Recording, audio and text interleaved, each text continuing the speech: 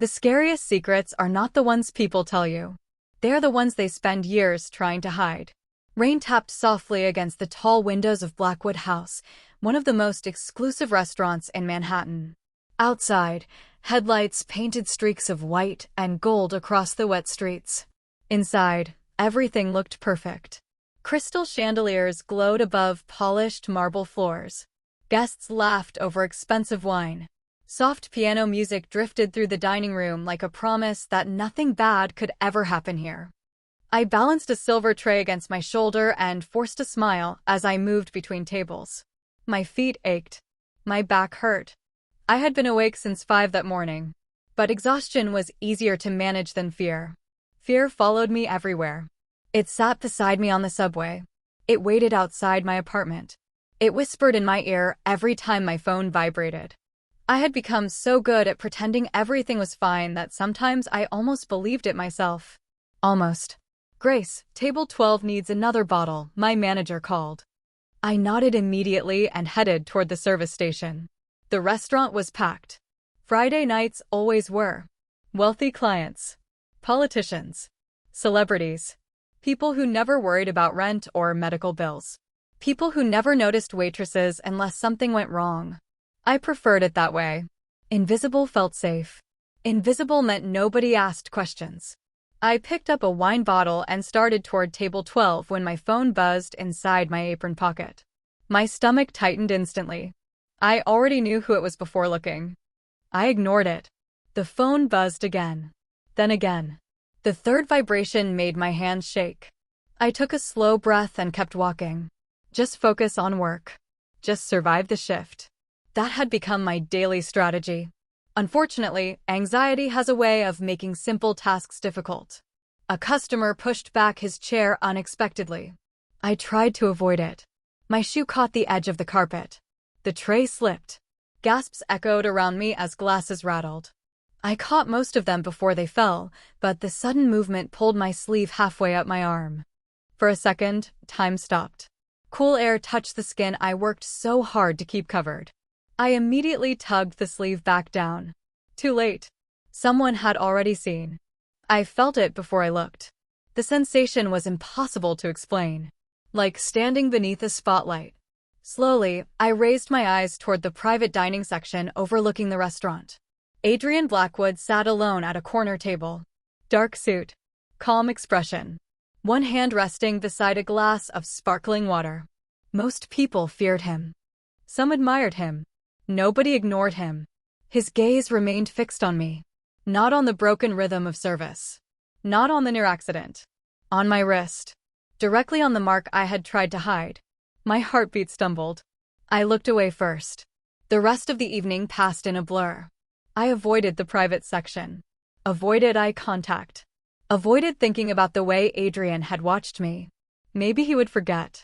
Maybe he had not noticed anything at all. I repeated those lies until closing time. Then my manager approached quietly and stopped beside me. "Grace," he said. "Mr. Blackwood would like to see you in his office." My pulse instantly doubled. "Why?"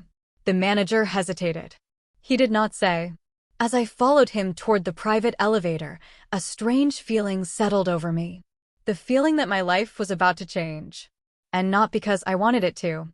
The elevator ride felt longer than it should have. The polished brass walls reflected a version of me that looked more tired than 25. I kept my eyes on the floor numbers as they climbed higher. 10, 11, 12. Each soft chime tightened the knot in my stomach. By the time the doors opened, I had convinced myself of at least 20 different reasons Adrian Blackwood wanted to see me. None of them were good. The top floor was quiet. Too quiet. No music. No conversations. Just the distant hum of the city beyond the glass. A receptionist greeted me with a polite smile and pointed toward a set of dark wooden doors. "Mr. Blackwood is waiting." Waiting. The word somehow made everything worse. I thanked her and walked forward. My palms felt cold. When I reached the office, the door was already slightly open. I knocked anyway. "Come in." His voice was calm. Deep. Impossible to ignore. I stepped inside. The office overlooked Manhattan from nearly 300 feet above the street. Rain still traced patterns across the massive windows. The city lights blurred into streaks of gold and white. Adrian stood beside the glass with one hand in his pocket. He turned as I entered. "Close the door, Grace." My pulse quickened. I did as he asked. The latch clicked softly behind me. For a moment, neither of us spoke. His eyes studied me with an intensity that made it difficult to breathe normally. Not rude. Not inappropriate. Just focused. Like he was trying to solve a puzzle. "Do you know why you're here?" he asked. "No, sir." A faint crease appeared between his brows. "Do not call me sir." "Sorry. Try Adrian." That felt even stranger somehow. He motioned toward a chair across from his desk. I sat carefully. Adrian remained standing for several seconds before taking the seat opposite mine. The silence stretched. Outside, thunder rolled faintly across the city. Finally, he spoke. "How long have you worked here?" "Almost 14 months. He nodded once. "Reliable. Never late. Never complains." I blinked. "You know that?" "I know everything that happens inside my businesses." The answer sounded simple. Matter of fact. Completely believable. My phone vibrated inside my apron pocket. Instantly, every muscle in my body tightened. I hated that reaction. Hated how obvious it probably looked. Adrian noticed anyway. Of course he did. His gaze dropped briefly toward the pocket before returning to my face. "You do that every time your phone rings?" My throat went dry. "Do what?" "Look afraid." The room suddenly felt smaller. I forced a laugh that sounded weak even to me. "I am just tired." Adrian leaned back slightly. His expression never changed. "No." Just one word. Quiet. Certain. My heart pounded. "Excuse me." "You are not tired, Grace." Another vibration buzzed against my hip. This time I did not move. I did not breathe. I simply stared at the desk between us. Adrian's eyes lowered to my wrist. Slowly, deliberately, he reached across the desk and slid a box of tissues toward me. The gesture was so unexpected that it nearly broke something inside me. "Look at me."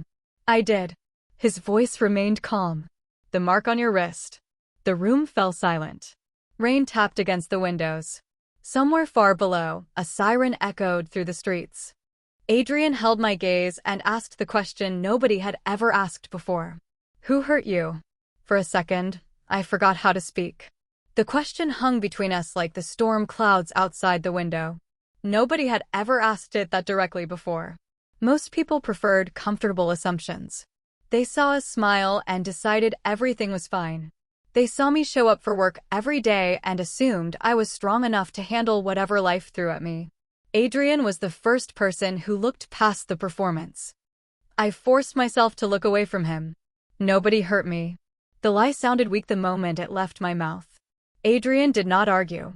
He did not raise his voice. He simply reached for a glass bottle of water sitting on the desk and poured a glass. The sound of water filling crystal seemed unusually loud in the silence. Then he pushed the glass toward me. "Drink." I stared at it. "I am fine." "Drink anyway." Something about his tone made it feel less like an order and more like concern disguised as authority. My hands trembled slightly as I picked up the glass. The cold water helped. A little. Adrian watched me carefully. Not judging. Observing. Waiting. The way someone waits for the truth to arrive on its own. My phone vibrated again. This time the sound felt unbearable. I reached for it instinctively. Adrian noticed the movement immediately. "Do not answer it." I froze. "What?" "Whoever is calling you right now." His eyes never left mine. "Do not answer." The phone continued vibrating before finally going silent. Relief washed through me so suddenly that I almost hated myself for feeling it. Adrian noticed that too. Of course he did. "You were relieved when it stopped." My throat tightened. "You are reading too much into this." "No." He leaned forward slightly. "I think you have spent so much time explaining away your own fear that you no longer recognize it." The words hit harder than they should have. I looked down at my hands. They were still wrapped around the glass. Still shaking. The room remained quiet except for the rain tapping softly against the windows. "Grace." His voice was lower now. Gentler. Look at me. I did. You do not have to tell me everything. The knot in my chest tightened. Then why ask? For the first time, something changed in his expression. Not weakness. Not pity. Something deeper. Personal. Because years ago, someone I cared about needed help. My breath caught. Adrian glanced toward the city lights beyond the glass. And nobody asked the question. Silence settled between us again. I could see it now. The shadow behind his eyes. The old regret he carried like a scar nobody else could see. When he looked back at me, the room felt different somehow. Smaller. More honest. I am asking it now. My eyes burned unexpectedly. I blinked hard. It is complicated. Adrian nodded once. Most important things are. Another vibration buzzed inside my pocket. This time neither of us moved. We simply listened to it. Waiting. Watching. The phone finally stopped. Adrian's gaze shifted toward the dark screen hidden beneath the fabric of my apron. Then back to me. Grace. His voice was calm. Certain. The person calling you is not the reason you are afraid. I swallowed hard. Then what is? Adrian held my gaze for several long seconds before answering. The fact that you believe nobody can protect you from them. The rain had slowed by the time I left Adrian's office, but the city still looked washed in silver through the restaurant windows. His words followed me all night. The fact that you believe nobody can protect you from them. I told myself to forget the conversation. To focus on work. To go home and pretend nothing had changed. But something had changed. For the first time in months, someone had seen through every excuse I had built around my life. The next morning, I woke up to 3 missed calls and a message waiting on my phone. My stomach tightened before I even opened it. The message was short. We need to talk about the money. I stared at the screen for several seconds. The money. That was always how it started. Not anger. Not threats. Money. My mother's medical bills had been growing for nearly 2 years. Insurance covered some of it. Not enough. Every extra shift I worked disappeared almost immediately into hospital payments, prescriptions, and specialist appointments. The person sending the messages knew that. He always knew exactly where the pressure points were. By noon, I was sitting in the hospital cafeteria beside my mother. She smiled while talking about a television show she had watched the night before. I smiled back and pretended everything was normal. I did not mention the messages. I did not mention the fear. She had enough burdens already. When I arrived at Blackwood House that evening, my manager stopped me before I reached the locker room. Mr. Blackwood wants to see you. My pulse instantly quickened. Again. I found Adrian in a private conference room overlooking the city. A folder sat on the table in front of him. He did not waste time with small talk. Sit down, Grace. I obeyed. Adrian opened the folder and slid several documents across the table. Hospital invoices. Payment histories. Loan records. My breath caught. How did you get these? He ignored the question. Your mother's treatment costs nearly $6,000 every month. I stared at him. You investigated me. I investigated the problem. The distinction should not have mattered. Somehow it did. My eyes dropped to the paperwork. Every number represented another month of stress. Another month of choosing which bill could wait. Adrian studied me quietly. The person contacting you knows you cannot afford to lose financial stability. I looked away. You do not understand. Then explain it to me. The frustration I had buried for months suddenly surfaced. My mother needs treatment. The bills keep growing. Every decision I make affects her. My voice trembled despite my efforts. I cannot afford mistakes. Adrian remained silent for a moment. Then he asked a question so simple it caught me completely off guard. And who takes care of you? I laughed softly. Not because it was funny. Because nobody had ever asked. The room fell quiet again. Outside, the city lights flickered across the glass. Adrian leaned back in his chair and folded his hands together. The debt is not what keeps you trapped, Grace. I frowned. Then what does? His gaze held mine. Calm. Certain. The belief that you have to carry it alone. Adrian's words stayed with me long after the meeting ended. The belief that you have to carry it alone.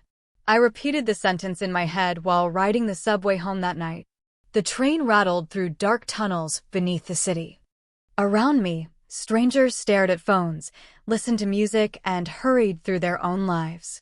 Nobody knew that a single conversation had shaken the foundation of everything I believed. For years, survival had become my identity. Work harder. Sleep less. Worry quietly.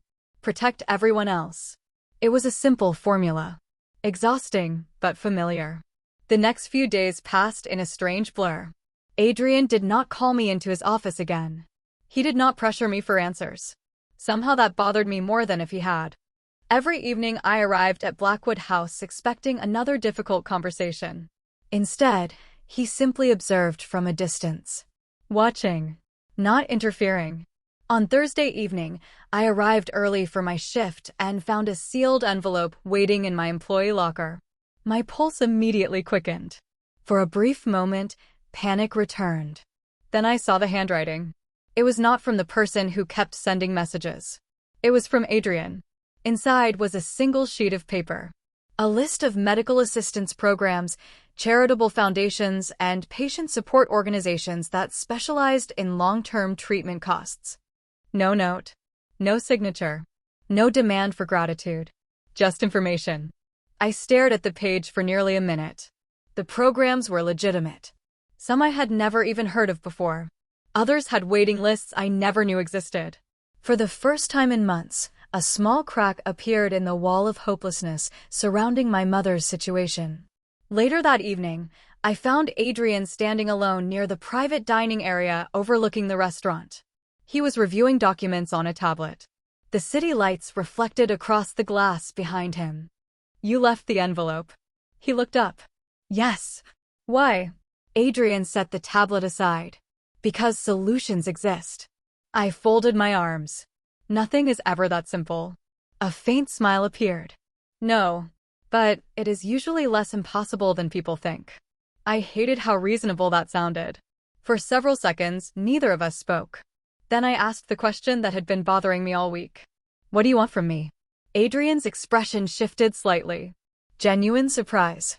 What makes you think I want something? I laughed softly. Nobody helps for free. The words escaped before I could stop them. Something flickered across his face. Not anger. Sadness. Someone taught you that. The statement landed with uncomfortable accuracy. I looked away toward the dining room. Adrian remained silent for a moment. Then he spoke quietly. Grace, if I wanted something from you, I would say so. My throat tightened. The certainty in his voice made arguing difficult. Before I could respond, one of the restaurant managers approached quickly and whispered something into Adrian's ear. The change was immediate. His eyes hardened. The relaxed atmosphere disappeared. What happened? I asked. The manager stepped away. Adrian's gaze found mine again. Calm on the surface. Dangerous underneath. Someone has been sitting outside your apartment building for the last 3 nights. Every bit of air seemed to leave my lungs at once. For a moment, I could not hear the music from the dining room anymore. I could not hear the conversations or the clinking glasses. All I heard was the echo of Adrian's words. Someone has been sitting outside your apartment building for the last 3 nights. My throat tightened instantly. How do you know that? Adrian studied me for a second before answering. Because I had security review footage after noticing a pattern. I stared at him. You reviewed footage from my apartment? No. His voice remained calm. I reviewed footage from properties surrounding the area. The distinction should not have mattered. Somehow it did. My pulse refused to slow. Deep down, part of me already knew who it was. The messages. The missed calls. The constant feeling of being watched. None of it had ever truly stopped. I had simply learned how to live around it. Grace. Adrian's voice pulled me back. Look at me. I did. Has this happened before? The question lingered between us. I looked away toward the city lights. Manhattan glittered beyond the windows like another world entirely. A world where people slept peacefully and did not check over their shoulders every night. Yes, I admitted quietly. The word felt heavier than expected. Adrian did not react immediately. He simply waited, giving me space to continue. At first it was occasional, I said. Then it became normal. My hands folded together. I stopped paying attention because paying attention made it worse. The silence that followed felt strangely gentle. Not empty. Just patient. Finally, Adrian spoke. That is not normal. I laughed softly. Tiredly. You would be surprised what people learn to normalize. Something flickered in his eyes. Recognition. Understanding. As if he knew exactly what I meant. One of the managers approached briefly with a document requiring Adrian's signature. He handled it quickly and returned his attention to me without hesitation. That simple act unsettled me more than I expected. Most people became distracted. Adrian focused. Completely. You are not going home alone tonight. The statement was calm. Matter of fact. Adrian. No. His voice remained steady. Not tonight. I folded my arms.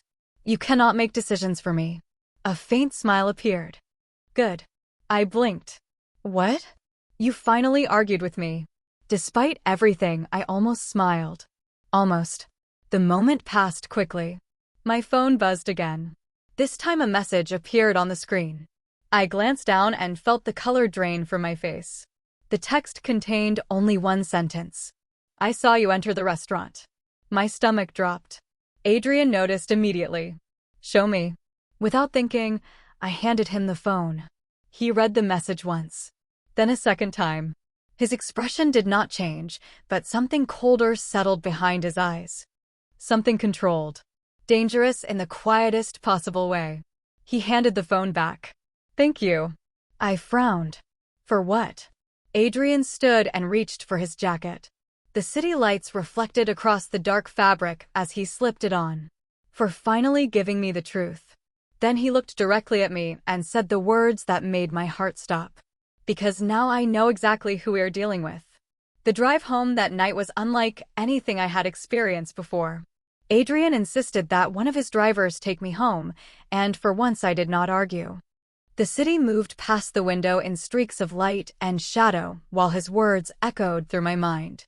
Now I know exactly who we are dealing with. I should have felt relieved.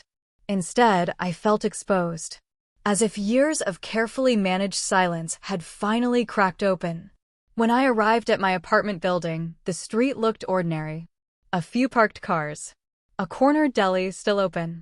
A couple walking a dog beneath a street lamp. Nothing unusual. Yet the driver remained outside until I reached my front door. Only then did he leave. The next morning, I woke up expecting another message. Another reminder that my life was not entirely my own. But my phone remained silent. No calls. No texts. No unknown numbers. The silence felt almost suspicious. At work that evening, Blackwood House buzzed with its usual energy. Guests filled every table. The scent of fresh bread drifted through the dining room. Yet, something felt different. People seemed more relaxed around me. The managers checked in more often. Security personnel appeared in places I had never noticed before. Subtle changes. Small details. But I noticed them. Halfway through my shift, Adrian asked me to join him on the rooftop terrace overlooking Manhattan. The rain had finally disappeared. Cool spring air swept across the city. Thousands of lights stretched toward the horizon. Adrian stood near the railing with his hands in his pockets. For several seconds, neither of us spoke. The silence felt comfortable now. Familiar. No messages today, I said. Adrian nodded once. I know. How? A faint smile appeared. Because I made a few phone calls. I laughed softly. That is the most mysterious answer you could have given. It is also the truth. We stood side by side looking over the city. For the first time in months, my shoulders felt lighter. The constant tension was beginning to fade. Adrian noticed. Of course he did. You look different tonight. I glanced at him. Different how? Less afraid. The words settled somewhere deep inside me. Before I could answer, his expression changed slightly. Not colder. Sadder. Thoughtful. He looked out across the skyline. I had a younger sister. My breath caught. He had mentioned someone before. The person nobody helped. The person nobody asked about. This was the first time he had spoken about her directly. Her name was Lily. The The city noise seemed to disappear around us. She smiled all the time, Adrian continued quietly. She spent years convincing everyone she was fine. I swallowed hard. What happened? He remained silent for several moments. People noticed pieces of the truth, he finally said. But nobody wanted to interfere. My chest tightened. I understood what he was really saying. Not just about Lily. About me. About the reason he noticed a hidden mark on my wrist when everyone else looked away. Adrian turned toward me. His eyes reflected the city lights below. The night I saw you in the restaurant, I recognized that same look. Emotion caught unexpectedly in my throat. Neither of us spoke. Then Adrian said something so quietly I almost missed it. I could not help her. His gaze held mine. Steady. Honest. But I was not going to fail you too. The following week felt like stepping into a life I barely recognized. The messages never returned. The missed calls stopped completely. The constant tension that had lived beneath my skin for months slowly began to fade. At first, I did not trust it. Every time my phone buzzed, my heart still jumped. Every time I walked home, I glanced over my shoulder. Fear does not disappear the moment danger leaves. It lingers. It waits. It convinces you that peace is only temporary. But day after day, nothing happened. One afternoon, I received a call from a legal aid organization whose name appeared on the list Adrian had given me. They informed me that my mother's case had qualified for a financial assistance program. A substantial portion of her future treatment costs would now be covered. I sat in the hospital parking lot afterward and cried for nearly 10 minutes. Not because I was sad. Because I was exhausted. Because for the first time in years, the future did not feel impossible. That evening, I found Adrian in his office overlooking Manhattan. The city glowed beneath the sunset. Orange light reflected across the glass towers stretching toward the horizon. He looked up as I entered. Something happened, he said immediately. I laughed softly. How do you always know? A faint smile appeared. You smile differently when you are carrying good news. I told him about the assistance program. About the reduced medical costs.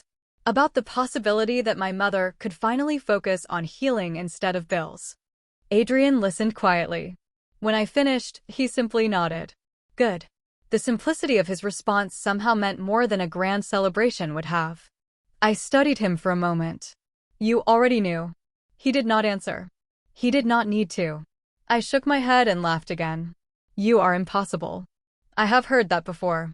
Silence settled comfortably between us. Then I noticed a folder resting on his desk. My name appeared on the cover. The sight immediately made me nervous. Adrian noticed. Relax. He slid the folder toward me. Inside were copies of legal documents. Official notices. Protective orders. Financial records. Correspondence between attorneys. I looked up in confusion. What is all this? Adrian leaned back in his chair. The situation is resolved. The words sounded almost unreal. Resolved. He nodded. The individual contacting you no longer has any legal pathway to interfere with your life, your finances, or your family. I stared at him. Months of anxiety suddenly collapsed beneath a single sentence. No dramatic confrontation. No revenge. No chaos. Just consequences delivered through the proper channels. Quietly. Permanently. My eyes burned unexpectedly. I looked down before he could notice. Unfortunately, Adrian noticed everything. Grace. His voice was softer now. You are safe. The words hit harder than anything else. Safe. I had spent so long surviving that I had forgotten what safety felt like. Outside the window, Manhattan continued moving through another ordinary evening. Cars crossed bridges. Lights flickered on inside apartments. Life moved forward. And for the first time in a very long time, I realized mine could too.